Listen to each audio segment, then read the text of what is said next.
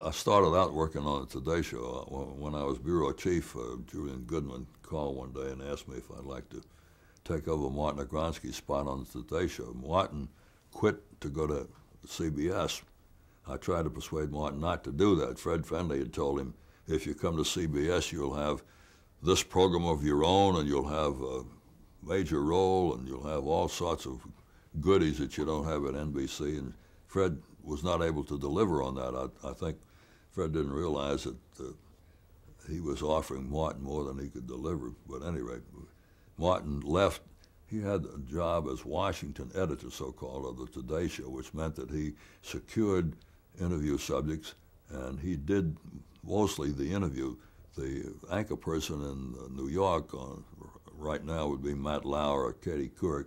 Those days it would have been maybe Frank McGee or Jim Hartz or Barbara Walters. They would start the interview up there. They would say, Senator X is in Washington with Bill Monroe, and they're going to talk about, and then Barbara would say, Senator, let me ask you this, and the senator would start answering the question, and after that, the whole interview would be mine, Martin's. It's a nice job, and when Martin quit, Julian offered me the job, and I immediately accepted it. What were some of your favorite memories from doing those? It's such a nice program. You're sitting there in the morning with important senators, cabinet members, and some of it's it's a little different from Meet the Press. I interviewed a woman who was the wife of a cabinet member.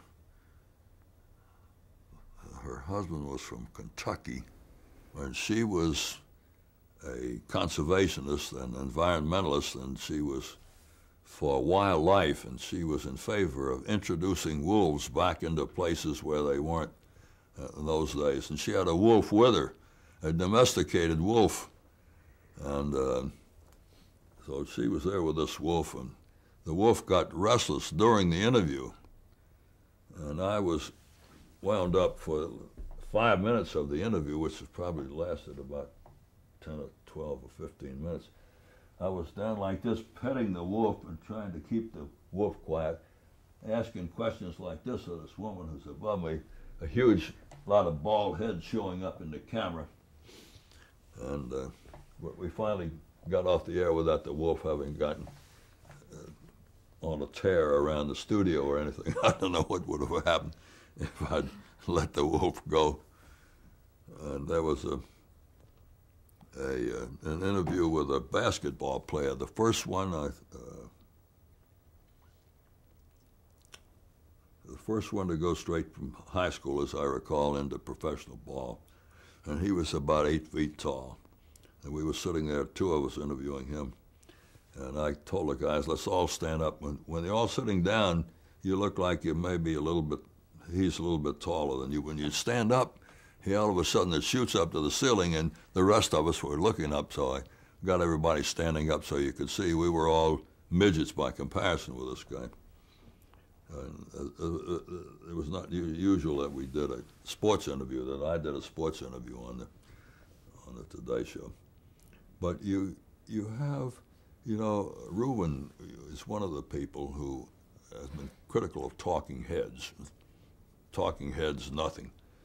And I've always disagreed with that. I think a talking head can be important. You get a sense of from a person's expressions. You come to conclusions about what kind of person this is.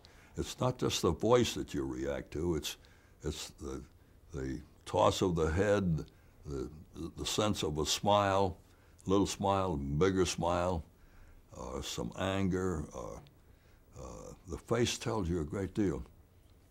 And on the Today Show, I began to sense this, which I had some sense of in New Orleans. You get a young man you don't remember meeting before, Tom Eagleton, a new Democratic senator. Or you get a young man, Bob Dole, a new Republican senator. And you have a sense this guy is a very able guy. He really puts sentences together. He's sharp, he's good looking. after interviewing Dole and Eagleton for the first time, I said to myself, these guys are potential presidents, potential presidential candidates. And you have a sense of quality or of character, one kind of another, an interview in person on television that you don't get otherwise. When you read about a guy like Eagleton, after you've seen him on television, reading about him is a different experience because you remember what he was like on television.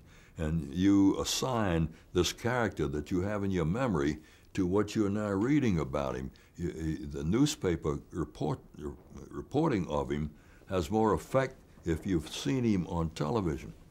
And I remember in the case of both Dole and Eagleton, having seen these guys and thought to myself, this is kind of exhilarating. These guys are both such able guys, they're going to be heard from in this country. That's one of the things you can get from interviews on Meet the Press and on the Today Show.